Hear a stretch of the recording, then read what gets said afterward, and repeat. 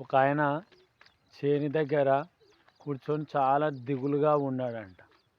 ఏమైందని దేవుడు ప్రత్యక్షమై అడిగిండంట. అప్పుడు ఆ రైతు అడిగిండంట, దేవుడా నా చేనికి చాలా రోగం తగిలింది, ఎన్ని మందులు కొట్టినా మంచిగా అవుతలే, ఏం మందులు వేసినా మంచిగా అవుతలేదు అని అన్నాడంట. అప్పుడు దేవుడు అన్నాడంట, ఏది ఒక కర్ర తీసుకొని రాకపో, దానికి నేను మందు ఇస్తాను అన్నాడంట. అప్పుడు ఆయన ఏం చేసినంట, వరి చేను విక్కపోతే ఒక కర్ర తక్కువ అవుతుందేమో అని ఒడిపిల్ కర్ర విక్కపోయిందంట.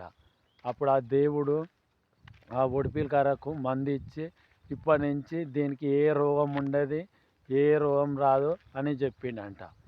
అయితే ఆ కర్ర తీసుకుపోయింది ఒడిపిల్ కర్ర, వరి కర్ర కాదు.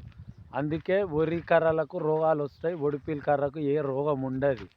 దీన్ని బట్టి మీకు ఏం అర్థమైంది? ఎవడు దవ్వుకున్న బొందలు ఆడే పడతాను అన్నట్టు.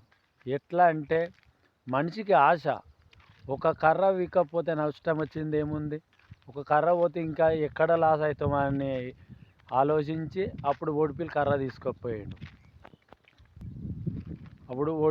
తీసుకుపోయాడు. మనం చేసే పనిలో నిజాయితీ ఉంటే ఏ పనైనా సక్సెస్ అవుతుంది.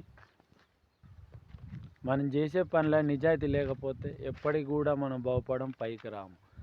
అది ఒక్క తప్పు వల్ల ఇప్పుడు చేనులకు రోగాలు వస్తున్నాయి. లేకపోతే అప్పుడు అదే కర్ర విక్కపోయి ఉంటే ఆ దేవుడు అనేది దానికే మందు ఇస్తుండే, అప్పుడు చేనులకు రోగాలు అలగకపోతుండే. నాకు తెలిసి మనిషి ధర్మాన్ని నమ్ముకుంటే మంచిగా పైకి వస్తారు. జై జవాన్ జై కిసాన్.